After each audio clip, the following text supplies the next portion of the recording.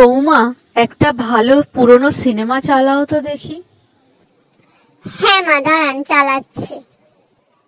Bangla cinema চালাবো না Hindi cinema চালাবো? একটা বাংলা সিনেমাই চালাও। না না, আমি কার্টুন দেখবো ঠাম্মি। এই দুষ্টু মেয়ে, ঠাম্মি একটু সিনেমা দেখবে এখন। সব সময় কার্টুন দেখা না, অনেক কার্টুন দেখেছিস, যা এবার পড়তে বস। অনেক কার্টুন দেখেছো দিদি ভাই, যাও এবার পড়তে বসো, না হলে কিন্তু আর কার্টুন দেখতেই দেবে না মা, তখন কি হবে বলো? ঠিক আছে ঠাম্মি, আমি যাচ্ছি পড়তে। মুক্তা, কই গো, কোথায় তোমরা? বাবা এসে গেছে, বাবা এসে গেছে, আমি বাবার কোলে যাব এবার। ও তুমি এসে গেছো, হাতে এত ব্যাগ কিসের?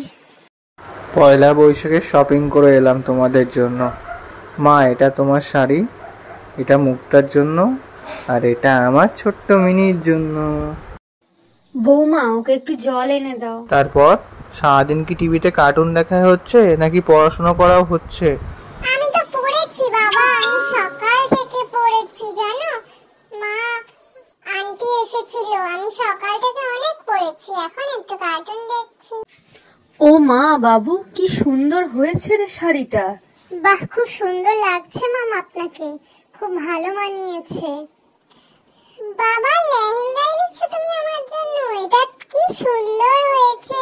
মা, আমাকে একটু পরিয়ে দাও। মুক্তা, তুমি পরিয়ে দাও ওকে লেহেঙ্গাটা। ওরে বাবা, আমার দিদি ভাইকে লেহেঙ্গা পরে কি সুন্দর লাগছে, একেবারে পরি লাগছে। হ্যাঁ তো, কি সুন্দর লাগছে আমার ঝিনুক সোনাকে। এটা তোমার জন্য, দেখো তো পছন্দ হয় কিনা। সেদিনকে দোকানে যেটা পছন্দ করেছিলে, দেখো তো। হ্যাঁ, এটা তো সেই গলার হারটা, সেদিন দেখে আমার খুব পছন্দ হয়েছিল। তুমি এটা নিয়ে এসেছো, খুব সুন্দর হয়েছে। তোমাদের পছন্দ হলেই তো আমার ভালো লাগে। সব সময় তো চাই তোমরা সুখে থাকো, আনন্দ থাকো, খুশিতে থাকো। বাবু, তুই নিজের জন্য কিছু কিনিসনি? দেখো কাণ্ড, আমাদের জন্য এত কিছু কিনে এনেছিস, তুই নিজের জন্য একটা কিছু কিনবি না?